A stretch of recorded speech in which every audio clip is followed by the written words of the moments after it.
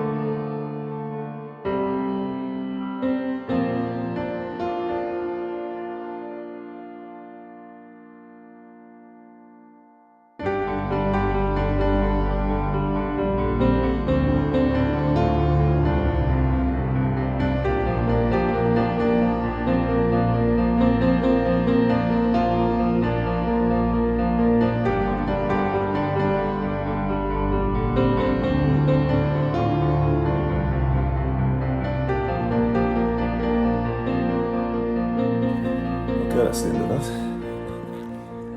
Ah, that escalated quickly.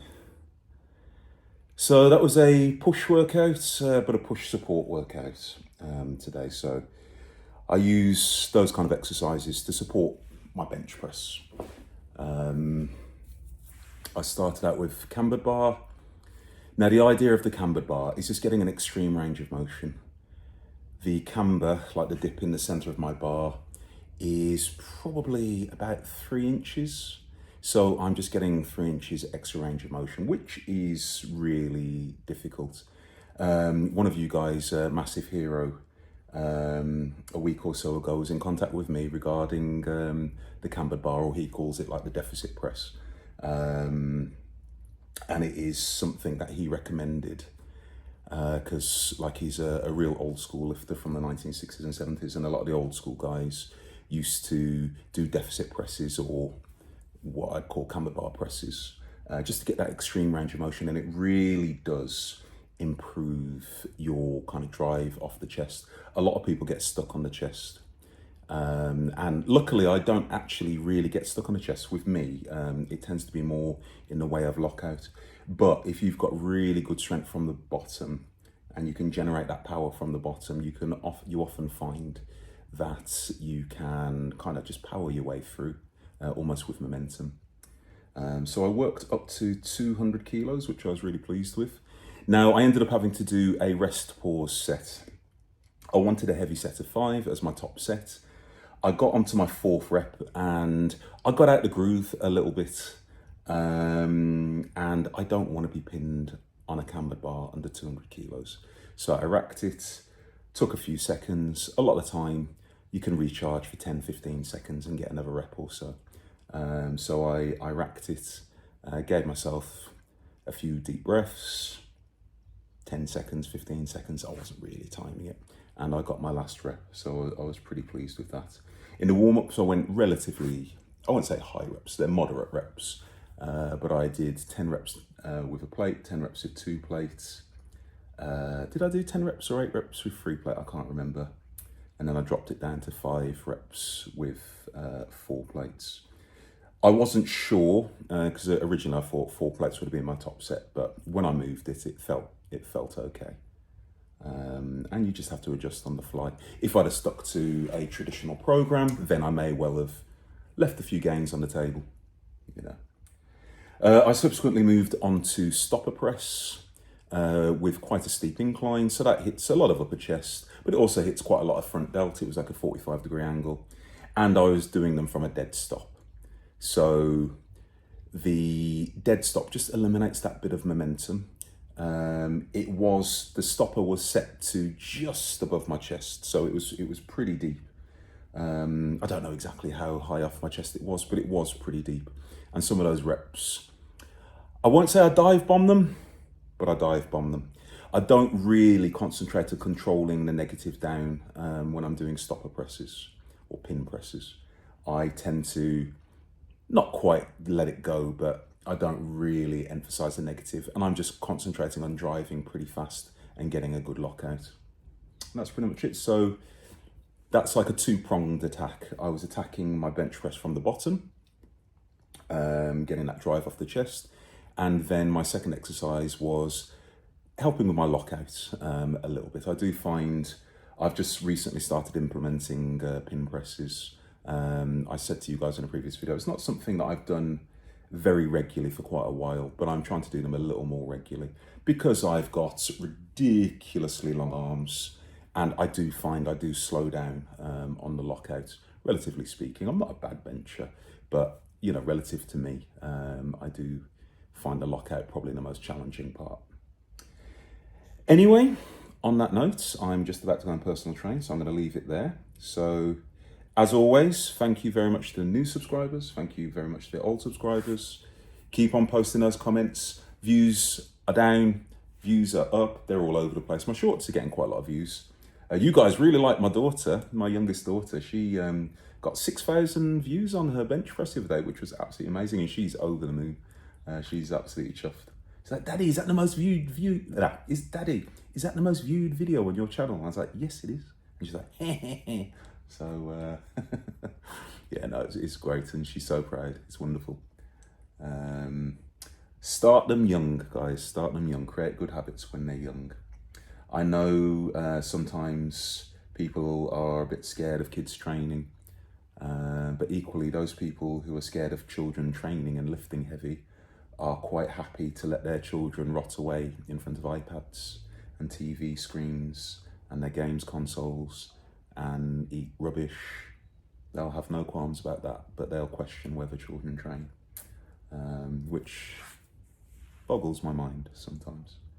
As long as you know what you're doing and doing it safely, get your kids out and about doing something they enjoy, get their blood flowing and create good habits when they're young. Anyway, that's my moral of the day, Rob. It's a private joke. If you are new to the channel, thank you very much for taking the time to view. If you enjoy watching a pretty big lump, picking up some pretty big lumps of iron, then I might be your new favourite channel. And I'm not into drama. I just enjoy lifting and then talking about it and then sharing ideas with you lot. So, you know. So do not forget to like, comment, share, subscribe, and all that good stuff. You guys take care, and I'll speak to you soon.